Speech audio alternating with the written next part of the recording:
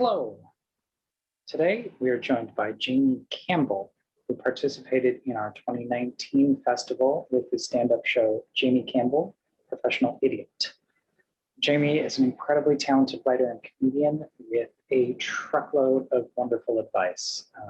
This is not an episode to miss.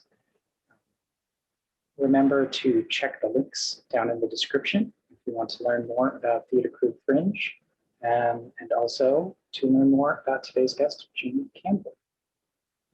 With that, enjoy the video. Well, welcome to the Wildcat Well. It's Theater Crude's YouTube series where we talk to previous festival participants and see what they've been up to in the years since they came to the Theater Crude Fringe. So, Jamie, you were in Oklahoma City in 2019 for our first ever Fringe Festival in Oklahoma City. It seems like so long ago. Yeah. Time has stretched beyond belief over the last year. So yeah, it both stretched and froze at the same time, which you wouldn't think would be possible, but it did. Yeah. So what have you been up to in all that time? Oh God, you know, like in stretches, a whole lot of absolutely nothing, and then in stretches, there have been a lot of productive things. I guess probably the biggest thing. Well, I got engaged, so I'm going to get. Congratulations. Thanks. Yeah, it's not necessarily an artistic thing. At least I have to say that, or I'll get in trouble. But and then other than that, I am doing a lot of screenwriting. I decided, since I couldn't get out and perform live, that something that would be good for me would be to learn how to write a movie. And so I've written 2 feature screenplays and a pilot during the lockdown period, and started putting out my work. Big challenge for me this year. I like to pick one word every year and let that be kind of a word that helps focus me and kind of inform what I'm doing as far as my choices for the year. And this year it's leap. So really just trying to put myself out there and take that leap. And I've won a couple of screenplay competitions, and actually somebody's doing a table read of part of it as part of a festival this weekend. And some people are talking to me about representation. So it's been going well. Nice. What is that process like, submitting screenplays and pilots? It's scary, and it's also like there's such a void of unknown out there, because anybody can say, I'm running a screenplay festival. Send your screenplay to us and we'll let you know if it, places or wins. And some of them are out there and they put like the name of a city and there's no actual event. They're like, it's all online. And so they just put a website up and they're like, these are the people that won. And you have no idea who's reading your screenplay. And sometimes you don't know if anybody actually is even reading it. And then there are all of these other very reputable competitions out there where you can see exactly who is reading the screenplay and what their credentials are. And I've been kind of blown away. I was just a semifinalist for Stage 32, which is a big Hollywood connected website that specifically focuses on filmmaking, and becoming a semifinalist in what was probably thousands of submitted scripts was a big honor. So really, it's one of those things that you got to do a little bit of research for everything. But there are some opportunities out there. If your work's good, it'll stand out. Really? That's really cool. Do you want to tell us anything about any of these screenplays? Sure. Well, I could tell you about one because it's like copyrighted and everything. So all that seems safe. And it's actually based on a one-man show that I was touring to some other Fringe festivals, The Devil on the Wall, or That Time I Got Kidnapped. I took that very true life story about when I was 12 years old and in the middle of a custody battle. My mom took me and my siblings, and we kind of went on the run, changed our names, and lived in hiding for 6 months. I took that and I fictionalized a lot of the details to make it an interesting movie, and also to, stop me from upsetting anybody whose real name might be used in the story. And it is definitely not one of those films that you would say is based on a true story. Instead, you would say it is inspired by true events, because a lot of it is fictionalized, but it was inspired by my real life. And so I wrote about this kid that's 12 years old, and all he wants to do is be in a heavy metal band with his friend. But I fictionalized this father character and made him someone that's involved in organized crime, who then tries to seek custody. And he's got a lot more money than his mom, who's just working as a waitress and living with their an abusive boyfriend. Then she finds out she's pregnant and she doesn't want to bring a kid into this terrible situation. So she takes her 12-year-old and goes on the run. And through a network of battered women's shelters, they end up in New Mexico, living under assumed names and in hiding. All right. Very cool. That sounds very similar to, I did get an opportunity to see Devil on the Wall. You had initially submitted that to our festival in 2019. That's right. Yeah. Yeah. But yeah, as it turned out, when you actually showed up, you had reached the exhaustion point of telling that story, which I don't blame you. It's one of those things that like you're basically doing therapy on stage. And I toured that show for almost 2 years, and I did a lot of, like personal growth and focusing on my own mental health during that time. And I reached this point where I was like, I don't need to tell this story anymore. And I think through doing that, that's what made me okay with fictionalizing a screenplay version and making it very different. Even though a lot of those elements sound similar, if you were to read the screenplay, it's very different from what my actual story is. And I think it's through doing that work of actually telling the story that I got past the need to hold on to it, if that makes sense. Yeah. Stand up. How's your stand up going? It is not, to be totally honest. It's been a year since I've been on stage and done stand up. I've done some Zoom shows, but stand up comedy is such an art form where you need other people in the room to connect to. There's a reason that when we watch stand up specials, there is a live audience in the room. It's unless it's a very specific artistic choice, you're not going to see a stand up special that doesn't have a live audience there. Because that laughter that you hear from them, laughter is such a group activity that even if you're watching from home, like hearing that crowd laugh makes you want to laugh. And so the Zoom shows that I did, they didn't feel great. So I took a step back. I'm also at this strange point in my life where now I'm entering middle age. I'm 41, and I think who I am as a person is a lot different than who I was when I started doing stand-up.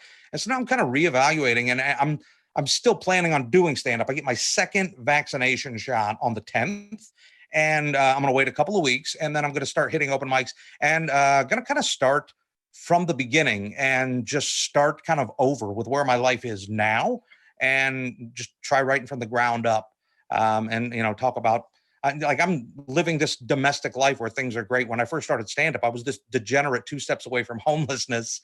And so I want to talk about who I am now. I think I'll relate to people in a different way. Yeah, that'll be great. Are you still in Kansas City? Is that where you're based right now? I am, yeah. Yeah, I'm still in Kansas City, living with my fiance now, Jessica, who came with me to the first Fringe. And I've done some comedy. I actually did just a couple of days ago, I did my first improv show because I do a lot of improv with the KC Improv Company. And we got asked, one of the strangest improv gigs I've ever done. There was a high school that was getting their students together for prom, but they weren't letting them dance, which is understandable. So instead of having them dance, they had us come in and do an improvised murder mystery because, there hasn't been much death this last year. So that got us in good spirits. But it was so strange because to avoid any type of potential transmission, we wore these face shields because wearing a mask makes it very difficult because it's hard to hear. The microphones don't want to pick up your voice, and also you can't see facial expressions. So we wore these clear face shields so we could see each other's faces, but the microphone was in between your mouth and the face shield, which made it kind of in an echo chamber that made things very loud. It was hard to control your own volume. And the lights hit the face shield and immediately reflected inside, and you were just blinded and you could hardly see anybody else on stage. The moment we go on stage and we begin a scene, my microphone was the only one that was working. So then they start rushing out and handing handhelds to people who then have to shove the handheld underneath their face shield and try to talk. And we're doing all of this that is kind of a mess of a show for a group of students who have been told you're not allowed to dance with each other and do all the awesome prom stuff that you want. So now watch these 30 and 40-year-olds try to make up a murder mystery in front of you. They weren't into it. like, I'm glad I did it because just human connection was nice to have, but it was interesting. Yeah, you needed to once again feel the feeling of bombing live in front of a bunch of teenagers. There's nothing like it. Is there a piece of theater that sort of got you hooked on performing? Oh, when I first went to college, I started college. I joined the Army National Guard. I was a 21-year-old freshman, and I was working in the shipping department of this company, and I was just so bored with this job, and I had no way to pay for college. And I saw this sign that said, "Join the Army National Guard, and we'll pay for all of your tuition." I'm not a big soldier type of a guy, but I signed up, and I joined the Army National Guard and moved to this town, Tahlequah, Oklahoma, and I was working at a pizza place and just taking classes, and I didn't really have any friends in town, and I wanted to make friends. So I saw this ad for the Trail of Tears drama, and this is an outdoor piece of kind of epic theater that runs during the summertime. I didn't realize this was a professional show. I didn't know I would get paid for it. I just wanted to meet people, and I had never like auditioned for anything before. I took some drama classes in high school and actually stole a copy from my drama class of David Ives's All in the Timing. And there is a monologue in there. I think it's called a Singular Kind of Guy. And it's like either 13 or 17 pages. So it's a long piece. I had no idea that when you went into an audition with a monologue, it should be about 90 seconds. Mine was about 15 minutes. And I they go didn't in. cut you off?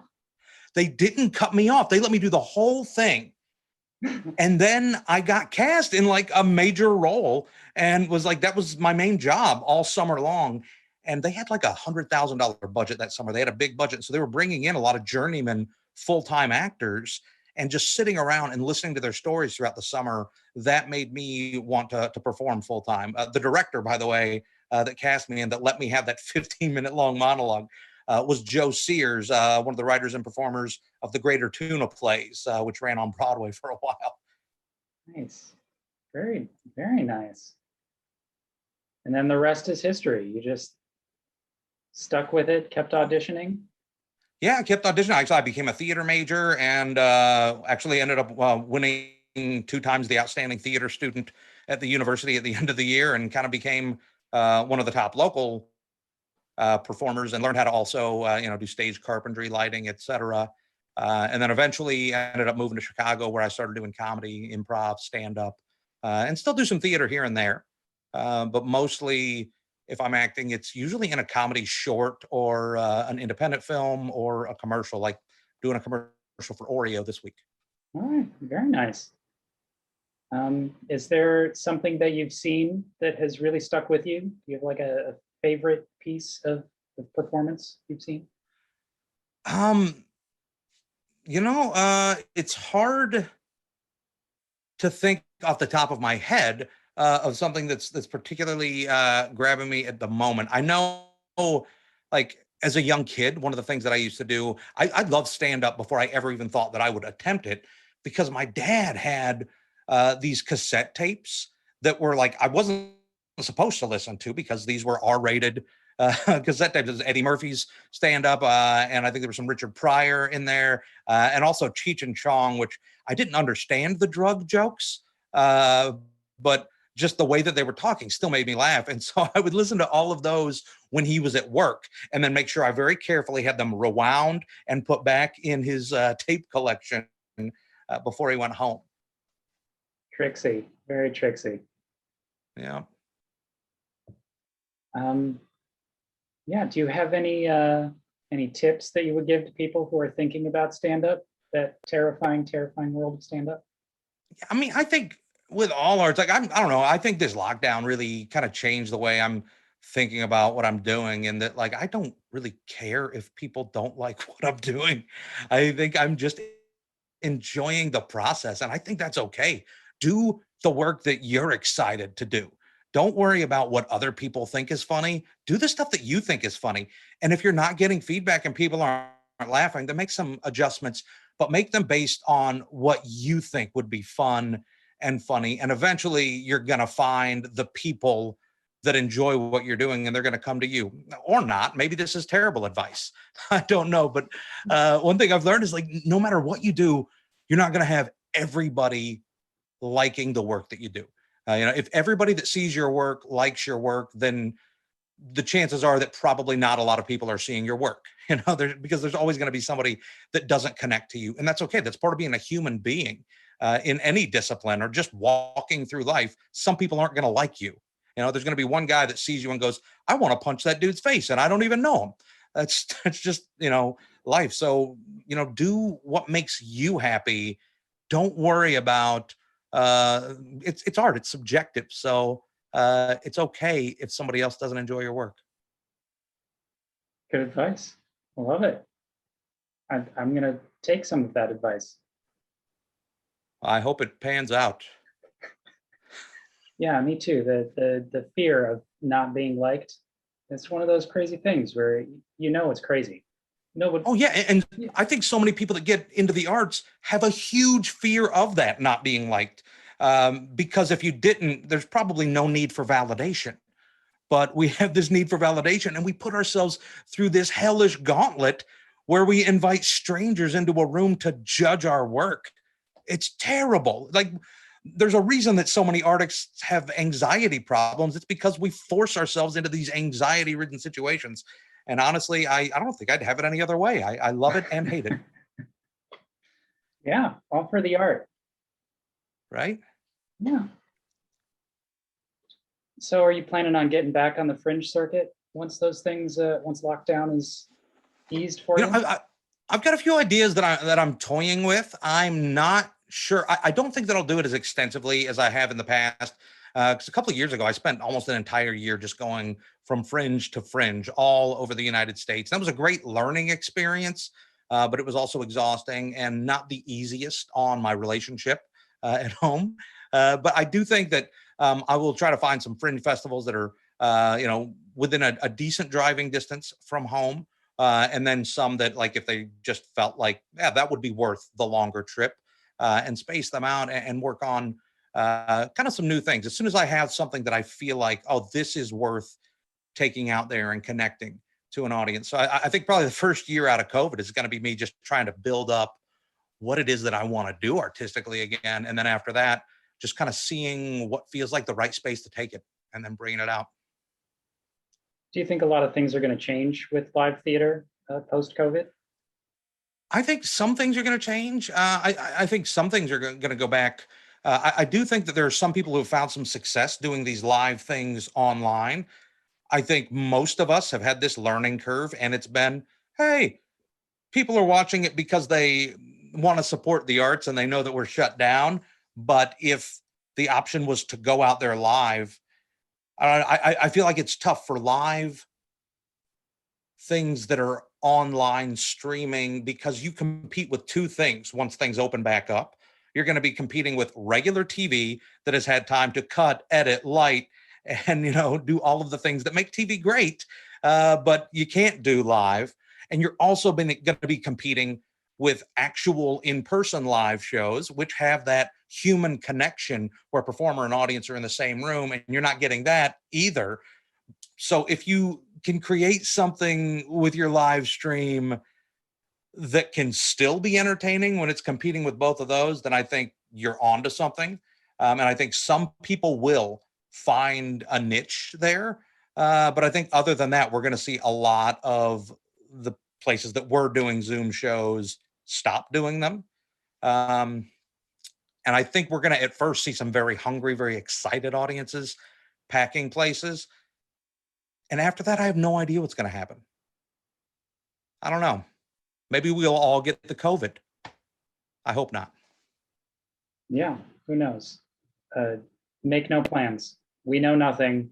We're humans. We're horrible at I think that's the short answer. I have no idea. Good. I don't know. I mean, I've been doing a lot of journaling. That's helped me. I think maybe that's like why I got so existential too. Like the combination of being locked down, but also really being forced to write a journal when every day feels like it's the same.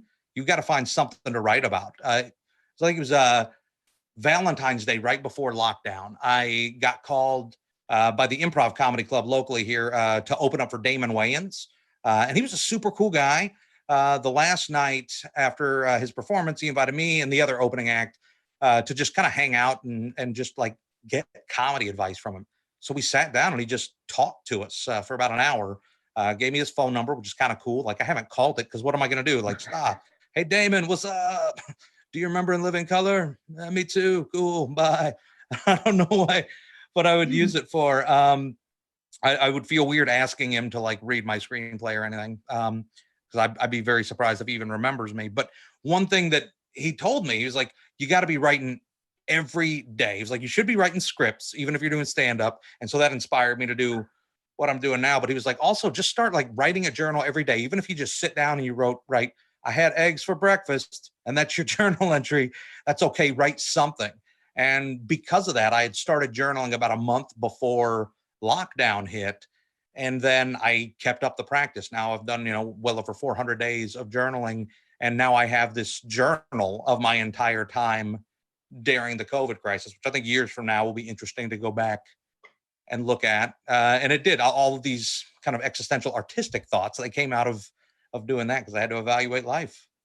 Yeah, that's amazing. I don't know that I would have been able to actively find something to write about every single day during COVID. There were some days where I was just like, I hate today. That's it. But then there'd also be days where I wrote, 5 pages of just thoughts and things that just kind of just came spewing forth. I think it's just making yourself do it. Then some days you're going to create good things. Other days you're going to create terrible things, but you never get to the good things if you don't make yourself be disciplined and start creating some sort of a habit. And so that's what that did. And that like spiraled. Then I started meditating. And that's what really got me to where like all these other things can kind of bounce off me. I feel like I'm a mountain and all of the storms are happening around me, but I'm just there and that's okay.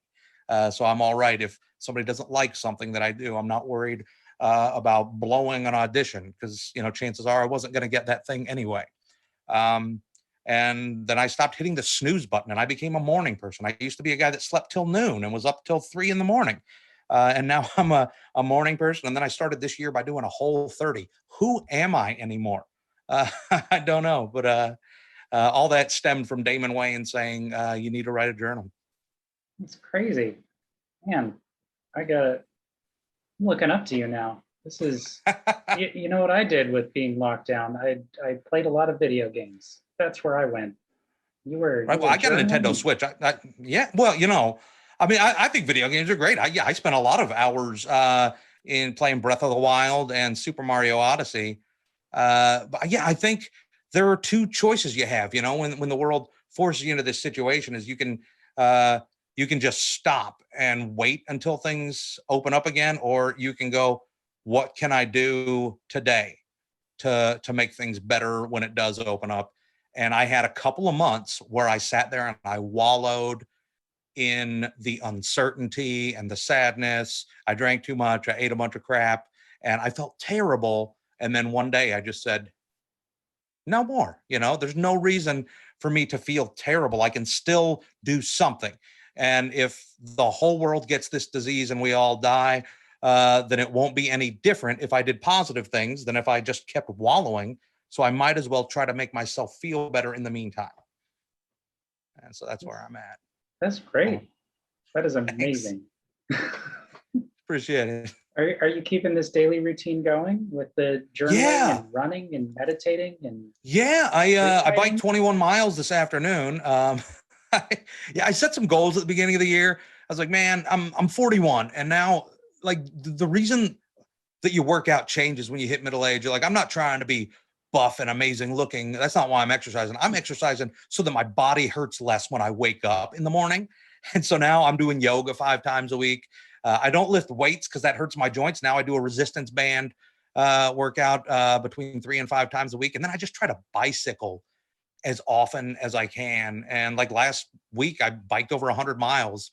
And it's not about being super fast. It's not about getting ready for some competition. It's just sitting there and, putting on some music, letting my mind go wherever it needs to go and just moving. But yeah, I've started doing that. I make a daily list now. And I think all of that, like the health changes happened, where I saw this, it's Mel Robbins, she's a motivational speaker, and she talks about like the first step in really getting your life together is to stop hitting the snooze button in the morning. So instead of hitting the snooze button, I count 5, 4, 3, 2, 1, and I pop out of bed as tired as I am, as groggy as I am. And now it's been 10 months since I've hit the snooze.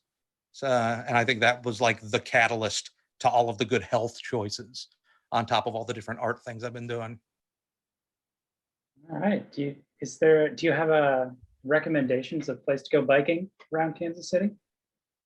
You know, I'm somebody who likes to be on the streets biking. I don't do a lot of off-road stuff just because I'm not as used to it and I don't know the places as far as that goes. I live in this area called Wyandotte County, and we've got a really cool park. And I started off just biking around the park, and then I got to where like that was boring. So I was like, what if I go over this bridge? What if I go into this neighborhood? And then I found this hill from hell, which I rarely go down. It's awesome at first because you hit this hill and you look and you're like, whoa, this is like steep, like one of those water slides where you lose your swim trunks, you know, because they're so steep. And so I was like, oh, this is going to be fun. I'm going to go fast. And I get to the bottom and then I realize, oh no, I got to get home, which means I got to go up that hill. And my heart just wants to like leap out of my chest every time I do it. So now I'll get as far as where that hill is and then I'll go, no, thank you, and turn around. But I like finding just like a little neighborhood that I don't know. And like, I'm just biking slow. So I'll just see the neighborhood and be like, I'm going to, you know, bike through there and see if there are any like for sale signs on houses. Like that's how I become domestic. Like I used to be like, all right, I'm going to drink till 4 a.m. Now my fiance and I just were like, hey, where are the parade of homes houses? Do we want to do that Saturday? That'll be our date. We'll go out and we'll just look at houses that we can't afford. And that's who I am. Oh, that's great. My sister-in-law is a big fan of relaxing by just going on Zillow, just typing Oh, in a yeah. random city and just seeing what's for sale. Oh yeah, well, I'll get that. That's kind of a communication thing we'll do throughout the week. Is we'll just if we see an interesting house that we couldn't possibly afford, we'll send the real estate listing and just go through the photos. I think the most recent one I looked at was Ralph Macchio's characters from Cobra Kai. His house that's supposed to be in California, but it's in Marietta, Georgia, and it's on sale for $2.5 million. All right. Yeah, I saw it. You're Like, in the let's do market it. Let's for get two. it. Yeah. Gotta jump on that. It's gonna go fast, I'm sure. Hey, I just did a gig where I made $200, so I think we can get along. Literally hundreds of dollars. That's right. Well, yeah, we're coming up on the half-hour mark here. So this is where Okay. I ask if you have anything you want to plug or be sure to mention. Yeah, I mean, if you want to know more about me, just go to jamiecampbellcomedy.com. I've got all my social media links are right there. You can find my email address. Anything that you need from me, you should be able to find from that website, just jamiecampbellcomedy.com. Great. We'll have that down in the description so everybody can find it. Yeah, thank you for joining me, Jamie. It was Yeah, lovely to thanks for talk having to you. me. Hopefully this Great to wasn't too talk to you. painful for you. No, it was great. Hope it turns out all right. Yeah, it's going to be fantastic. It's great. Thank you. Really, thank you. Absolutely. Yeah, talk to you soon. All Later. right. Bye. Bye.